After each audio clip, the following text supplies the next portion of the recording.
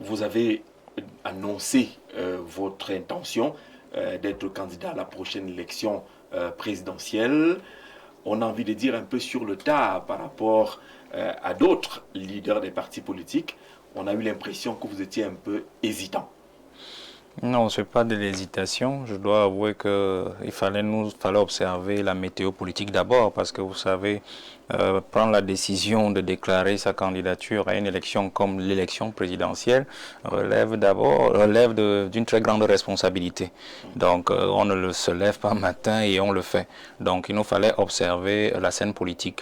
J'ai eu l'habitude de le dire tout au long des années, et les jeunes savent que cela a toujours été mon discours, c'est-à-dire que je ne suis pas entré dans cette affaire pour devenir président ni ministre, mais la logique du parti Jouvence a été comme premier élément de réveiller la jeunesse et guillonner la jeunesse, lui réapprendre la nécessité de s'impliquer dans les affaires politiques, de s'intéresser à la chose politique. Parce qu'aujourd'hui, il est clair que la jeunesse qui a toujours été fer de lance de la nation a toujours été utilisée comme un instrument. Partant de ce constat, nous nous sommes dit il faudrait que la jeunesse devienne la main de lance de la nation, c'est-à-dire celle qui prend ses responsabilités, qu'elle cesse d'être un instrument dans le fer de lance. Donc c'est le discours que nous avons tenu tout au long. La deuxième chose, c'était que il fallait absolument que, après avoir réveillé la jeunesse, que nous puissions donner à la jeunesse un programme. C'était très important parce que il faudrait pas penser que si on veut accéder au pouvoir, il faut bien une vision. Et on a réussi à donner à la jeunesse ce programme. C'est pour cela que c'est peut-être de cela que nous parlerons aujourd'hui. Et il fallait ensuite donner à la jeunesse un projet de société, c'est-à-dire une déclinaison du programme, un ensemble d'activités et d'actions que la jeunesse pourra opérer une fois qu'elle sera au pouvoir, afin de pouvoir garantir au reste du peuple camerounais le bien-être et le bonheur. Ça, nous avons rempli ces trois étapes, c'est-à-dire que la jeunesse est devenue un programme, parce qu'il fallait absolument qu'on le comprenne, parce qu'on a eu à essuyer... C'est la question, hein, on a eu à essuyer... Qui allait forcément revenir, qui revient régulièrement. Oui.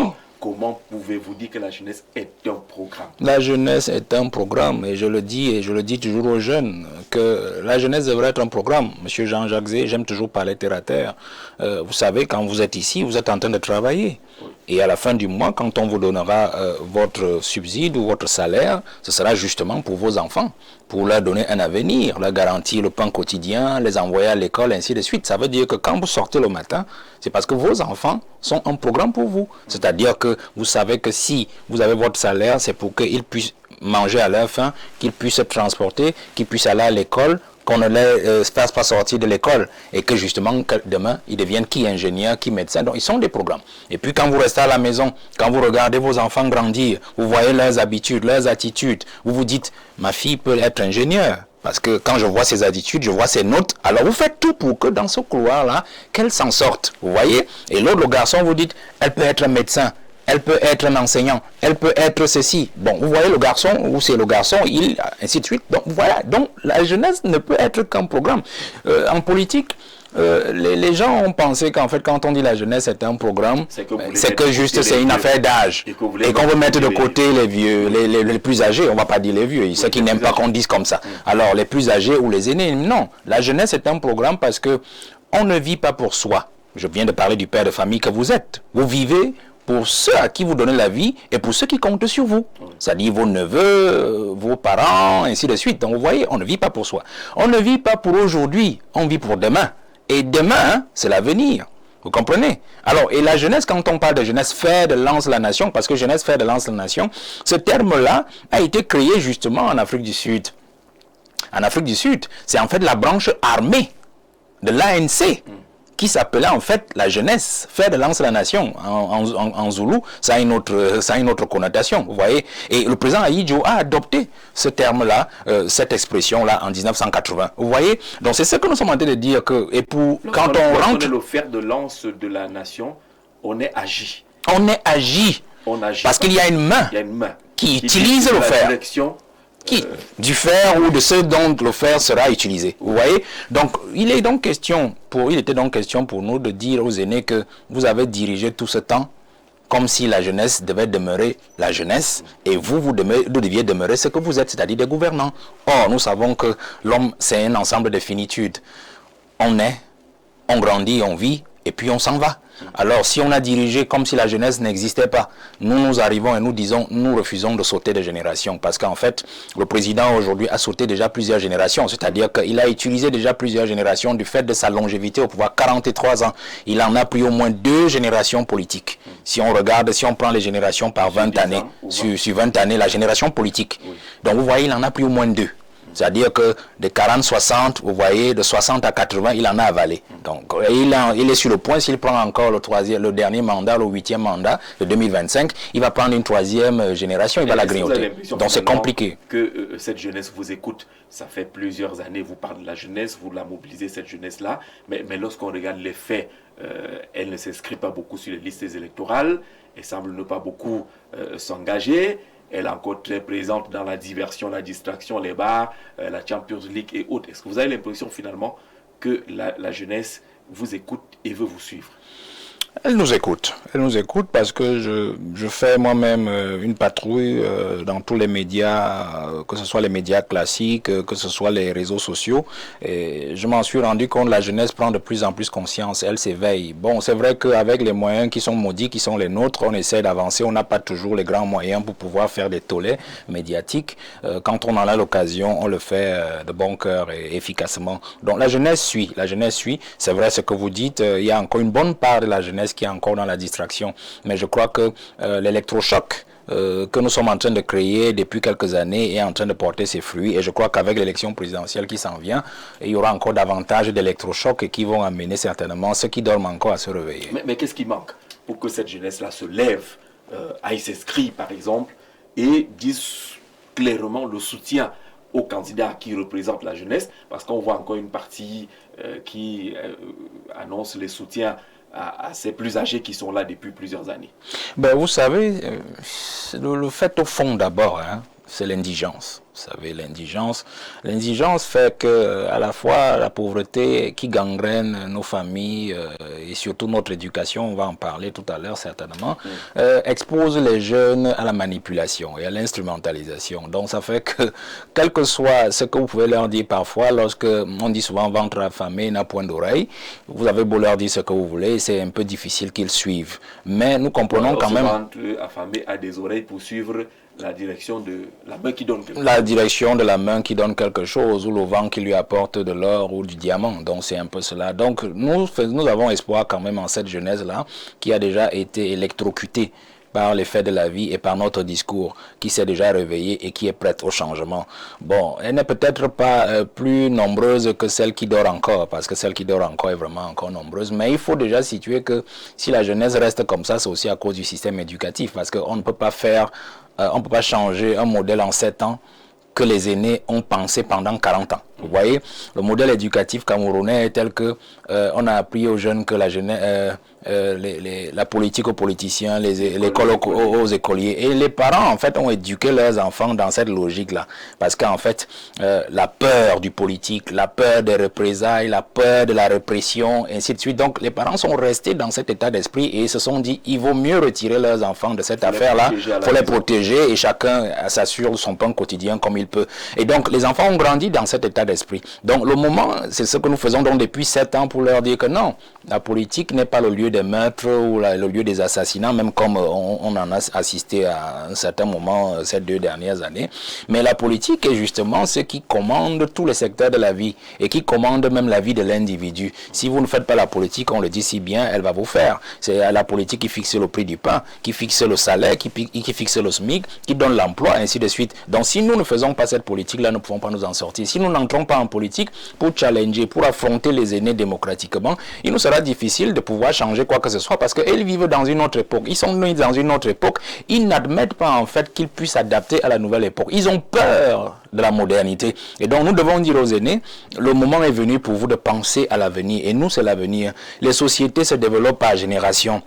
Ceux qui sont arrivés en 82, ils ont déjà sauté 2 générations. Et vous voyez, la conséquence, c'est que le pays ne marche pas. Parce qu'en fait, ils pensent encore qu'ils peuvent fonctionner avec les méthodes et les urgences de 1982. Ce qui est très difficile et très compliqué. Donc nous disons aux aînés, à travers cet éveil à la jeunesse, qu'en fait, il faudrait que soit ils s'adaptent et ils font avec la jeunesse, soit alors ils laissent la jeunesse prendre les choses et on continuera à travailler avec eux normalement, parce qu'en fait il ne s'agit pas de les chasser pour nous installer, il s'agit en fait de nous faire une place pour que eux ils comprennent qu'ils peuvent être des conseillers pour nous faire avancer, parce qu'après tout c'est le pays de nous tous. Pourquoi maintenant vous n'étiez pas candidat en 2018? Pourquoi maintenant? Et lorsqu'on essaie de lire la liste des candidatures, d'intentions de candidature, on a quand même l'impression que ça commence à faire beaucoup.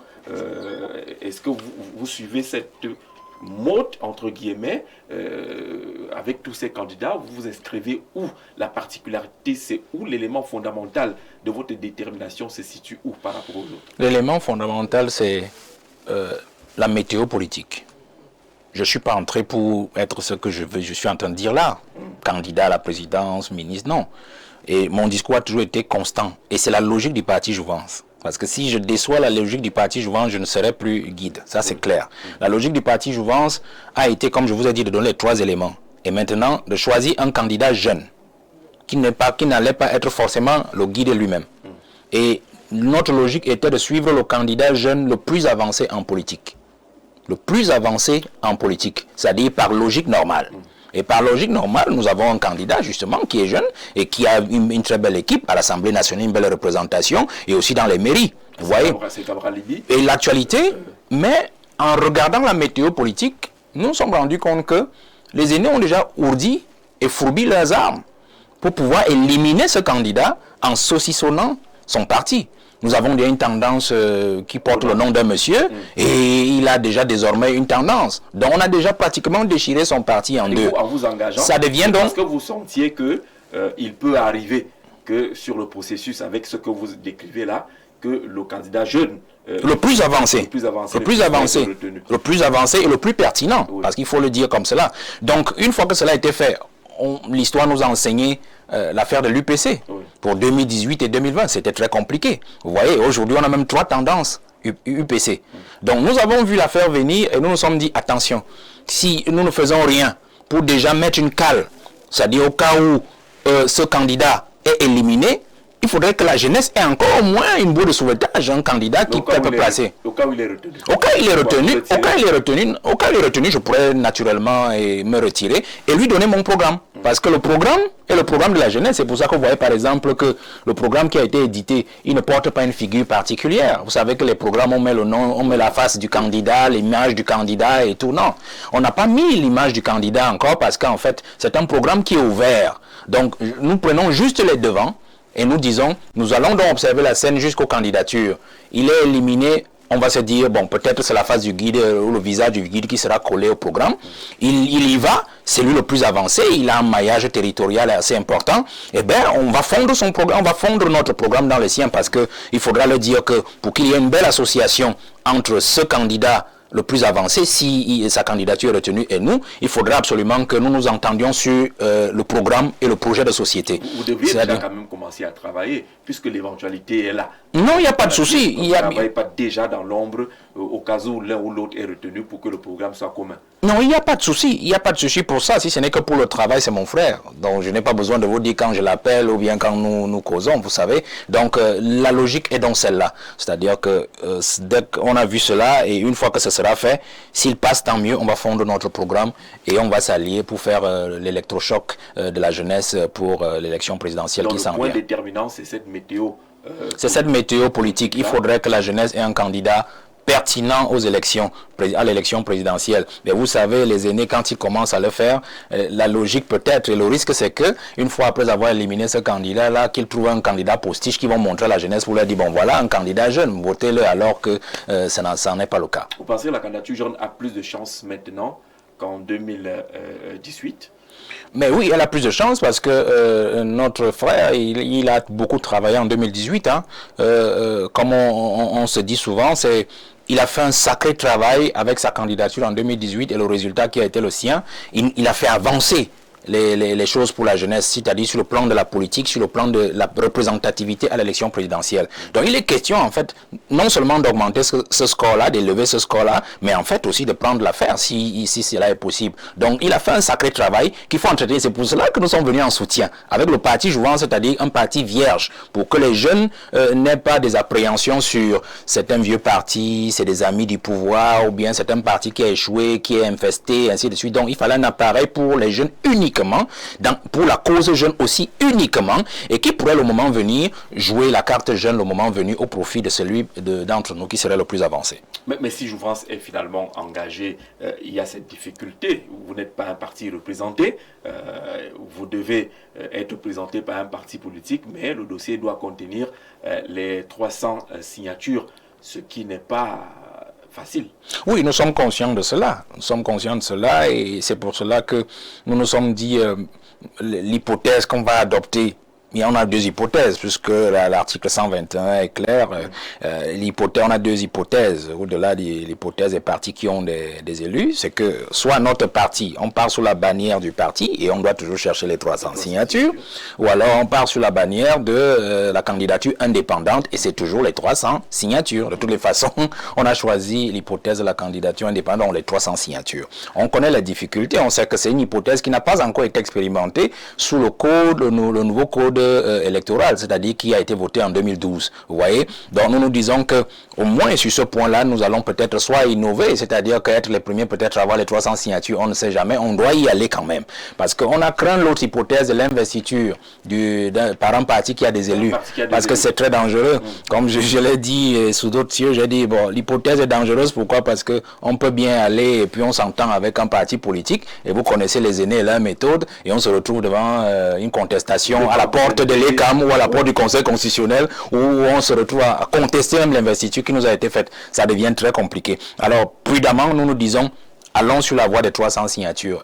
Elle nous coûtera certes cher, mais il faudrait y aller. Et c'est pour cela que nous allons lancer aussi bientôt un appel à la jeunesse, à contribution, un fundraising pour que les jeunes, ils mettent la main à la poche, qui 200 francs, qui 100 francs, pour qu'on puisse avoir le budget qu'il nous faut pour faire les 10 régions, avoir les 30 signatures par région, donc 300. J'ai demandé même qu'on a jusqu'à 40, c'est-à-dire par région, pour que si arrivé en haut au Conseil constitutionnel, les camis en éliminent 2, 3, 4, 5, on reste toujours dans la donne des 30 signatures par région. Donc les jeunes seront sollicités bientôt, qui 200, 300, pour qu'on puisse y arriver. Et on a fixé un budget séquencé, c'est-à-dire que ce que nous allons leur demander, ce sera d'abord le budget pour avoir les 300 signatures. Je donnerai certainement peut-être le montant à la fin de l'émission. Et puis on a ajouté les 30 millions de caution parce que le temps sera très court. Le président devra convoquer le corps électoral. Pour payer les 30 millions, vous ne les avez pas encore pris? La caution, non, mais attendez, moi j'ai fait ma part. Je ne suis pas... je dis toujours aux jeunes, le travail que j'ai fait jusqu'à ce jour-là, je l'ai fait avec les jeunes qui sont dans le parti, avec les petits moyens dont on dispose.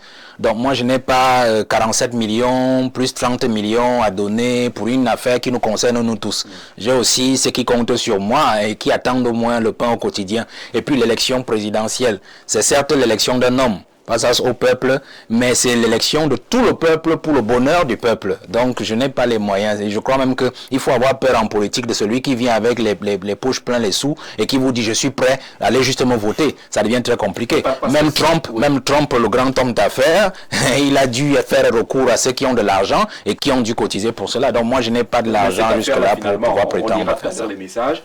Il y a beaucoup de Camerounais qui ne comprennent pas. Ça fait 1, 2, 3 ou 4 candidats à l'élection présidentielle que nous recevons ici et qui parlent toujours d'appel à la mobilisation des fonds. Ils disent que soit c'est l'impréparation, soit c'est simplement des candidats qui vont à l'aventure. Non, c'est une affaire d'inculture. C'est une affaire d'inculture politique parce que même le code électoral, je crois l'article 180 ou 181 ou 182, prévoit justement les modalités de levée de fonds par les partis politiques.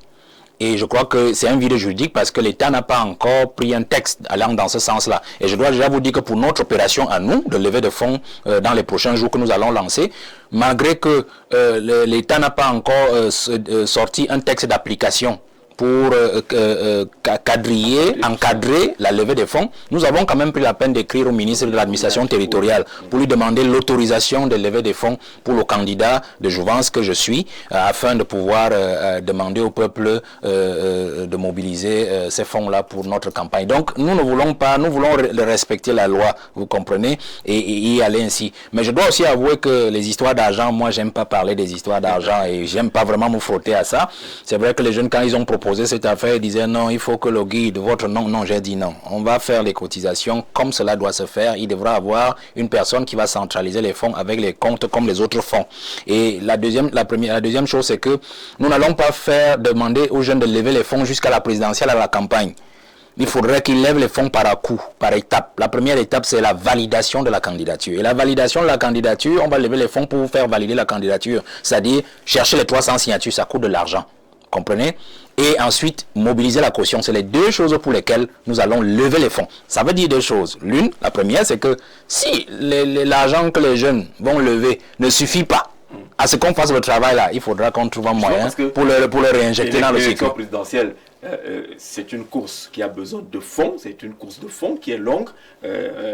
Appeler les jeunes à contribuer aujourd'hui, alors que vous-même vous reconnaissez que cette jeunesse-là est en difficulté. Vous dites qu'elle est en difficulté, mais vous leur demandez quand même de contribuer. Donc je termine en disant que de deux choses l'une, si l'argent pour valider la candidature qu'ils auront mobilisé ne suffit pas, il faudra trouver un moyen de le réinjecter dans le circuit, peut-être à travers des investissements qu'eux-mêmes ils vont trouver. Comprenez? Je ne peux pas m'engager dans une affaire. Forcément attendre d'être président. Non, je dis ceci, je dis le financement sera par étape. Oui. La première étape du financement qui sera demandée aux jeunes, c'est l'étape de la validation qui comprend la recherche de 300 signatures et la caution de 30 millions. D'accord. Voilà. Une fois que nous avons donc cet argent et nous atteignons cet objectif et que notre candidature a été validée, parce que la condition pour leur demander encore de l'argent pour la campagne, c'est que la candidature soit validée. Parce que nous ne pouvons pas demander aux jeunes de cotiser jusqu'à l'élection présidentielle, alors que nous ne sommes même pas sûrs que la candidature sera validée. Ça ne fait pas sérieux, ça ne fait pas responsable. Vous voyez? Donc c'est ce que nous avons vu pour ne pas créer les problèmes dessous dans ce genre de choses-là. C'est pas moral. D'accord. C'est pas éthique. Ils sont donc nombreux, ceux qui marquent leur intention à vouloir être candidat à l'élection présidentielle. Et tous ces derniers temps, vous avez vu les débats à travers les chaînes de télévision et autres sur la multitude de ces candidatures. Est-ce que c'est de l'aventure? Est-ce que ça fait sérieux de voir autant de candidatures? Non, moi je ne juge pas les autres. Vous savez, je m'occupe de la cause qui est la mienne et que je défends. C'est vrai, il y a des jeunes qui disent, mais qui vous a même élu guide, qui vous a demandé de nous défendre, vous savez, et c'est tout à fait légitime, vous voyez, c'est la logique d'un parti. Ça veut dire que les jeunes qui se reconnaissent en ma petite personne et au parti que je dirige, eh bien, ils feront le job. Ceux qui pensent qu'ils peuvent se reconnaître ailleurs, ce n'est que partie remise. Donc, je devais d'abord sortir cet élément-là. Maintenant, pour les autres leaders, moi, chacun s'occupe de ce qu'il pense être le plus important pour la société. Chacun fait ce qu'il pense être le meilleur et ce que son instinct lui indique. Donc je ne peux pas porter de jugement sur ce que les autres font ou ce qu'ils disent.